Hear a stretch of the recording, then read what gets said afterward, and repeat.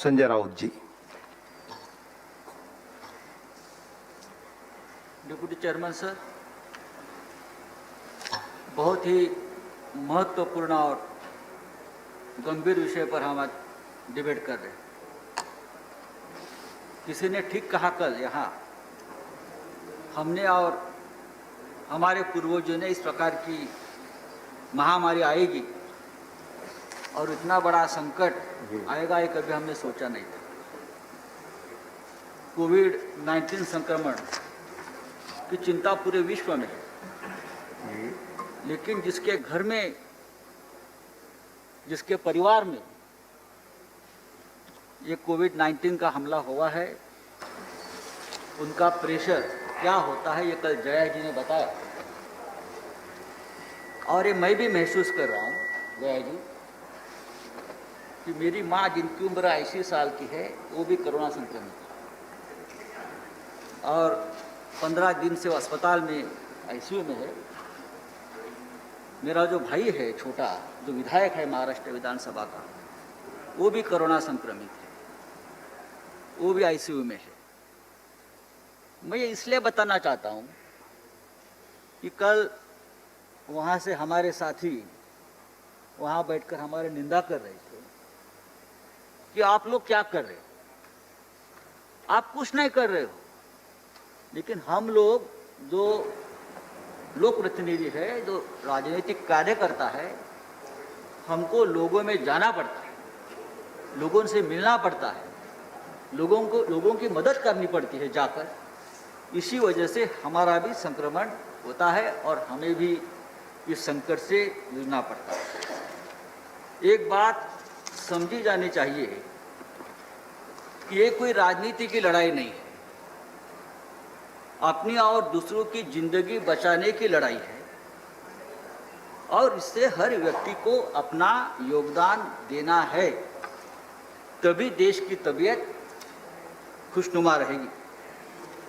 जैसे कि विनय सहस्त्रबुद्धे साहब हमारे मित्र नहीं है, अगर आप उनका भाषण कर सुने तो उनका पूरा भाषण महाराष्ट्र सरकार ने कुछ नहीं किया। महाराष्ट्र सरकार पूरी तरह से फेल है, सिर्फ निंदा की, खिंचाई की। जहां जहां पश्चिम बंगाल, वेस्ट बंगाल, झारखंड, दिल्ली सरकार कुछ नहीं करते हैं, बाकी सब सरकारें ठीक कर रहे हैं, ये ऐसा नहीं है। महाराष्ट्र में 30,000 से भी ज़्यादा कोरोना संक्रमित रिकवर हो गए। ये कैसे हो गया फिर? क्या भाभी जी के पापड़ खाकर ये सब ठीक हो गए पूरे देश में? नहीं ना, नहीं। पूरे देश में सभी राज्यों में सभी राज्य सरकारें अपने अपनी तरफ से, और हमने पहले दिन कहा था कि ये जो लड़ाई है ये हम प्रधानमंत्री मोदी जी के नेतृत्व में ही लड़ेंगे और लड़ रहे हैं। देश के नेता है, इतना बड़ा संकट है तो लड़ाई प्रधानमंत्री जी के ही नेतृत्व में लड़नी चाहिए। और हमने पूरा प्रोटोकॉल जो फॉलो किया है प्रधानमंत्री जी के निर्देश से फॉलो किया हमारी महाराष्ट्र सरकार ने। मैं पूछना, हमारे प्रकाश जावड़ेकर जी बैठे, उनको पूछे, प्रधानमंत्री जी ने तो उनकी खास महाराष्ट्र में पूरा जो कोऑर्डिनेशन है पूरे जिले का वो करने के लिए प्रकाश जावड़ेकर साहब को वहाँ अपॉइंट किया है और उनका राज्य सरकार से और मुख्यमंत्री जी से ठीक तरह से कोऑर्डिनेशन चल रहा है। महाराष्ट्र सरकार ने मुंबई, ठाणे, पुणे जैसे बड़ी शहरों में नहीं तो जिला स्तर पर जंबो कोविड सेंटर बनाए और लोगों की सेवा में लगे। सबसे ज़्यादा चिंता महाराष्ट्र और देश को हमारे यहाँ धारावी की थी। धारावी जो सबसे बड़ा एशिया का जो झुग्गी झोपड़ी का जो एक इलाका है कि वहाँ क्या होगा, वहाँ अगर कोरोना वायरस घुस गया तो क्या होगा। और वहाँ जब कोरोना संक्रमण हुआ तो पूरा देश चिंता में आ गया था।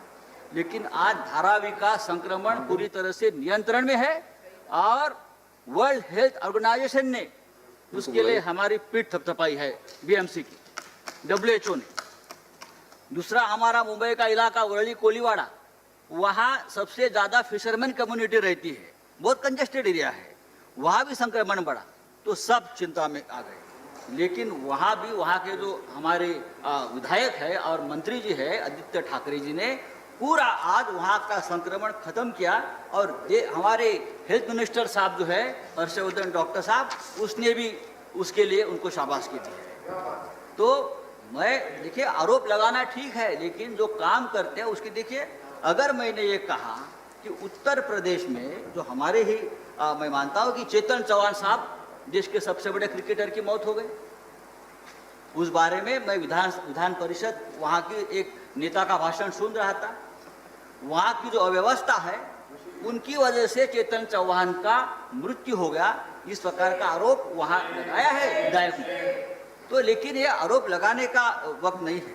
दूसरी बात है कि कल एक वहाँ से आरोप लगाया गया कि महाराष्ट्र में 5000 हेल्थ वर्कर की रिक्रूटमेंट नहीं हो गई, डॉक्टर की रिक्रूटमेंट नहीं हो गई। एक समझना चाहिए, हमारी सरकार आकर 6 या 7 महीने, 5 साल से तो उसके पहले किसकी सरकार थी? हमारी ही देवेंद्र जी की सरकार थी। तो पिछले वाले 5 साल में ये 5000 डॉक्टरों की रिक्रूटमेंट अगर आप करते तो आज बहुत बड़ा इंफ्रास्ट्रक्चर खड़ा होता। तो ये बात भी समझनी चाहिए, एक दूसरे के ऊपर आपने और हमने किसी के ऊपर आरोप प्रत्यारोप नहीं करना चाहिए। आपने हिसाब किताब की बात की है।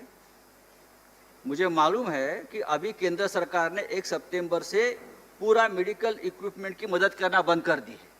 उसमें पीपी किट, मास्क, वेंटिलेटर, उसके वजह से महाराष्ट्र सरकार को 3 से 50 करोड़ का ज़्यादा अब बोझ आने वाला है।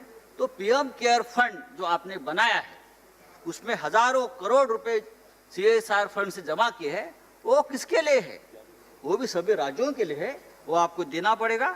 दूसरी बात है, हमारा GST का बकाया जो है वो तो दीजिए, उससे हम आगे का काम चला देंगे। अगर आप चाहते हैं कि आप राज्य सरकार अपना कोविड की लड़ाई अपने आप लड़े, तो आपके पास जो हमारा बकाया पड़ा है वो आप दीजिए। सभी राज्यों की बात मैं करता हूँ। महाराष्ट्र सरकार को मैं बताना चाहता हूँ कि मार्च महीने में जब ये शुरू हुआ कोविड का संकट, तो पूरे राज्य में सिर्फ हमारे महाराष्ट्र में 1 टेस्टिंग लैब थी, लेकिन आज 405 टेस्टिंग लैब पूरे महाराष्ट्र में हमने खड़े किए 5 महीने में। माननीय संजय जी कंक्लूड करिए। सर करता हूँ सर। तो बात ऐसी है सर कि मास्क तो लगाऊंगा मैं, केंद्र सरकार ने देना बंद कर दिया है, इसलिए अच्छा किया आपने, चेयरमैन साहब ने अभी बता करके हम सबको आग्रह किया था। बात ऐसी है कि केंद्र सरकार के 7 मंत्री संक्रमित हुए हैं, तो ये किसी के ऊपर नहीं है कि आप कौन से राज्य से आते हो। आज मैंने सुना है कि हमारे नितिन गडकरी जी संक्रमित हुए हैं, मैं उनके जल्दी ठीक होने की कामना करता हूँ। दूसरी बात, आज देश में 50 लाख से भी ऊपर ज़्यादा संक्रमण का आंकड़ा गया है, 80,000 से ज़्यादा मौतें हो गई है। तो मैं इतना ही कहूँगा कि इस पूरे लड़ाई में पूरा देश, सभी राज्यों को साथ लेकर हमको आगे की लड़ाई लड़नी होगी। हम सिर्फ राजनीति करते बैठे एक दूसरे के खिलाफ, तो ये 50 लाख का आंकड़ा 1 करोड़ तक पहुंच जाएगा। तो मैं आप इस सदन के माध्यम से मैं सबको, सभी राजनीतिक दलों को, सभी सरकारों को विनती करता हूं, अब ये जब तक आखिरी कोविड पेशेंट ठीक नहीं होता तब तक हम एक दूसरे के साथ कंधा से कंधा मिला काम करेंगे। धन्यवाद संजय जी। माननीय श्री प्रफुल्ल पटेल जी।